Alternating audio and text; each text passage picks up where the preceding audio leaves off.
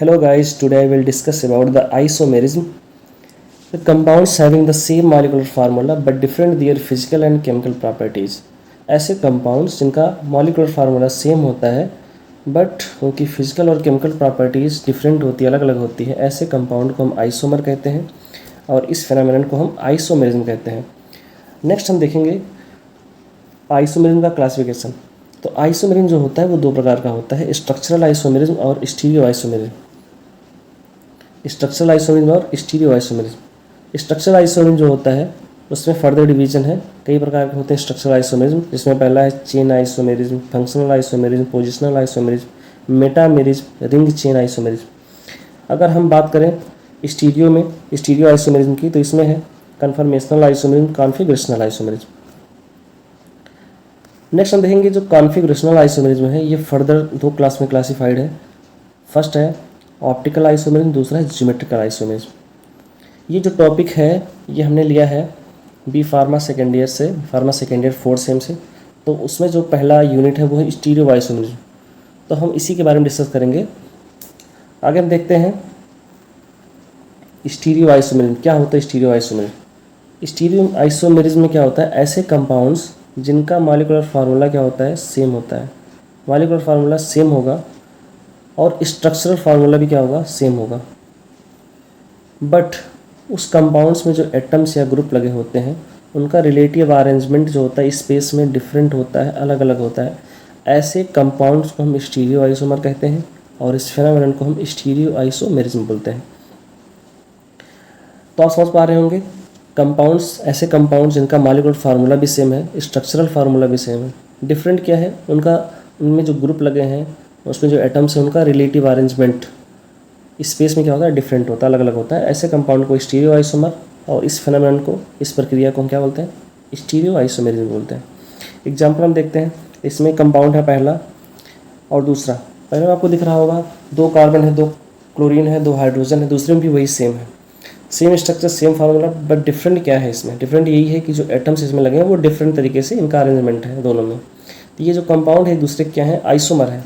किस टाइप का आइसोमर है, स्टीरियो आइसोमर है. नेक्स्ट एग्जांपल देखते हैं. तो ये दूसरा एग्जांपल है, इसमें भी क्या है, सेम ही सारा कुछ सेम है, molecular formula same, structure same है, बट क्या है इसमें सिर्फ एटम्स ग्रुप्स का अरेंजमेंट जो है वो डिफरेंट है. स्टीरियो आइसोमेरिज्म जो पहला आता है वो है ऑप्टिकल आइसोमेरिज्म. ऑप्टिकल आइसोमेरिज्म को अच्छे से समझने के लिए हमें एक एक्सपेरिमेंट करना होता है, तभी हम अच्छे समझ पाएंगे क्या होता है ऑप्टिकल आइसोमेरिज्म. हम क्या करते हैं, एक ऑर्डिनरी लाइट लेते हैं, उसको एक होल के थ्रू पास कराते हैं, तो हम देखते हैं जो लाइट होता है वो चारों डायरेक्शन में, सभी डायरेक्शन में क्या करता है, वो जो है ट्रैवल करता है. उसके बाद उस लाइट को हम क्या करते हैं, पोलराइजर के थ्रू पास कराते हैं. यहाँ पर आपको दिख रहा होगा ये निकोल प्रिज्म है, निकोल प्रिज्म.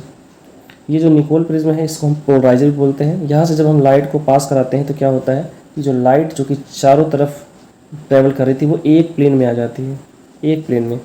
इसको क्या बोलते हैं, पीपीएल. पीपीएल का मतलब होता है प्लेन पोलराइज्ड लाइट. इस प्लेन पोलराइज्ड लाइट को जब हम बोडीमीटर के थ्रू पास कराते हैं, बोडीमीटर क्या है, एक इंस्ट्रूमेंट है, एक इंस्ट्रूमेंट है जिसके अंदर ऑर्गेनिक सैंपल फिल हुए भरा हुआ है. इस ऑर्गेनिक सैंपल को ही हमें चेक करना है कि ऑप्टिकली एक्टिव है या नहीं है. तो पीपीएल के जब हम बोडीमीटर के थ्रू पास कराते हैं तो यहाँ पे 3 पॉसिबिलिटीज़ होती है.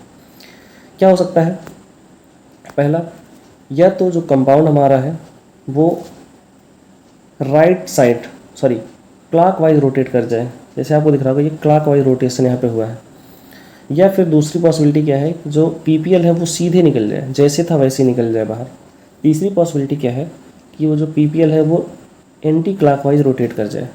3 पॉसिबिलिटीज़ हैं, तीनों में से कोई एक होगा.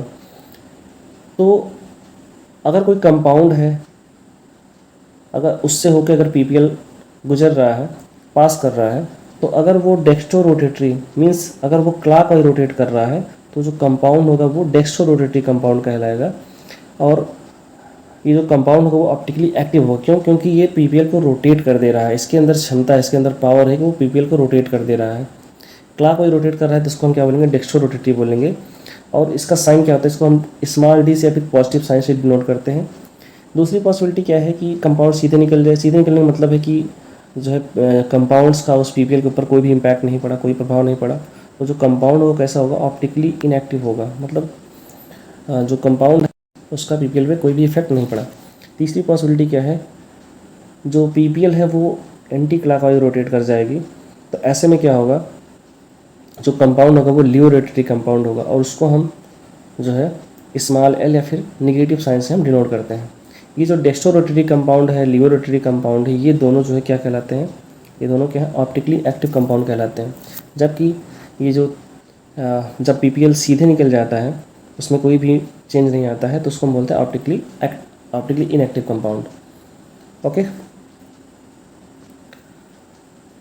नेक्स्ट देखिए वही चीज़ लिखा है, compounds having same molecular and structural formula but different their behaviour towards light.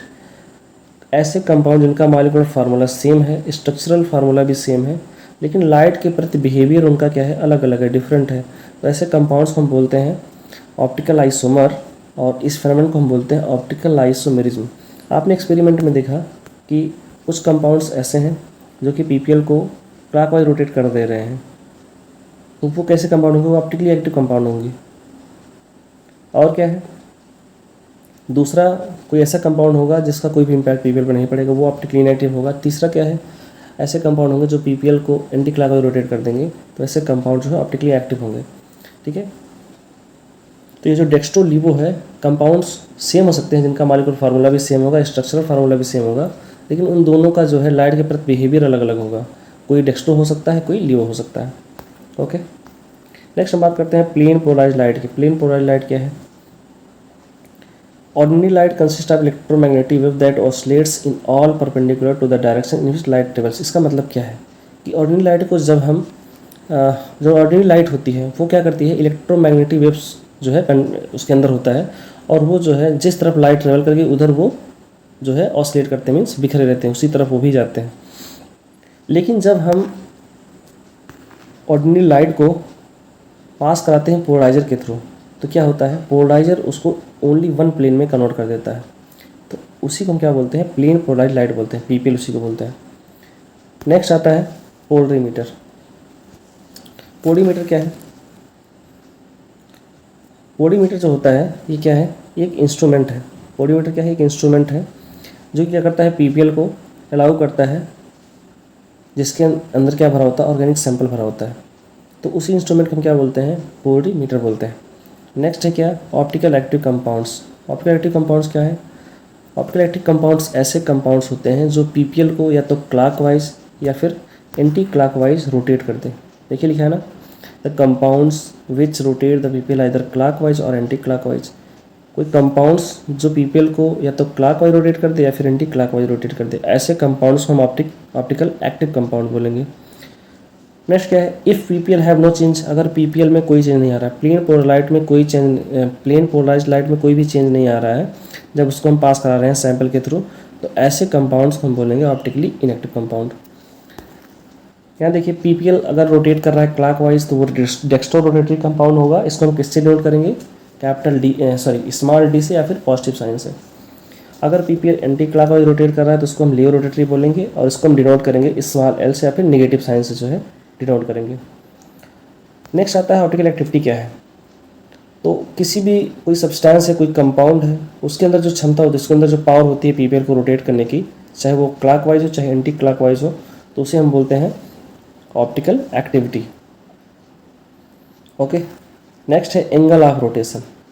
Angle of rotation क्या है, जिस एंगल से पीपीएल रोटेट करता है, जिस एंगल से कोई भी ऑप्टिकल एक्टिव कंपाउंड को जब हम पास कराते हैं जो है पोलराइजर के पोलरीमीटर के थ्रू, तो जो पीपीएल होता है वो रोटेट कर जाता है। तो पीपीएल जिस एंगल से रोटेट करता है उसी को हम क्या बोलते हैं, एंगल ऑफ रोटेशन बोलते हैं, और उसको हम डिनोट करते हैं अल्फ़ा से।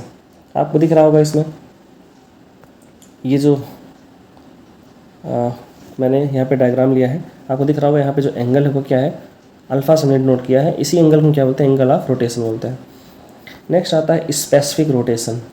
स्पेसिफिक रोटेशन, इसको हम जो है अल्फ़ा से इसको भी डिनोट करते हैं, बस दोनों में डिफरेंस क्या है, देखिए एंगल ऑफ रोटेशन को हम ओनली अल्फ़ा से डिनोट करते हैं, जबकि स्पेसिफिक रोटेशन को हम बड़े ब्रैकेट के अंदर हम लिखते हैं। तो ये क्या होता है, स्पेसिफिक रोटेशन क्या होता है, इसको समझिए, the angle of rotation in degree of the PPL that passes through a tube which is 1 decimeter long contains in solution at at concentration of 1 gram per ml इन ए पोरीमीटर। इसमें क्या कह रहा है कि अगर कोई जो पोरीमीटर है जिसके अंदर सैंपल भरा हुआ है, अगर उसकी लंबाई 1 डेसीमीटर लॉन्ग हो, ठीक है, अगर उसकी लंबाई 1 डेसीमीटर हो और उसके अंदर जो सोल्यूशन भरा है, जो सब्सटेंस है जो सोल्यूशन के अंदर, उसका कंसंट्रेशन अगर 1 ग्राम पर ml हो, तो वहाँ पे जो एंगल ऑफ रोटेशन होगा उसी को हम क्या बोलेंगे, स्पेसिफिक रोटेशन बोलते हैं। इसका फार्मूला है specific rotation equal to the alpha upon C into L, जहाँ पे जो ये अल्फ़ा जो कि ब्रैकेट में, उसको हम स्पेसिफिक रोटेशन बोलते हैं, स्पेसिफिक रोटेशन, और जो सिर्फ अल्फ़ा है उसको हम ऑब्जर्व रोटेशन या फिर हम एंगल ऑफ रोटेशन बोलेंगे। स्मॉल सी क्या है, कंसंट्रेशन ऑफ सब्सटेंस है जो कि ग्राम पर ml में है, एंड जो स्मॉल डी है वो क्या है, वो लेंथ है ट्यूब का जो कि डेसीमीटर में दिया गया है।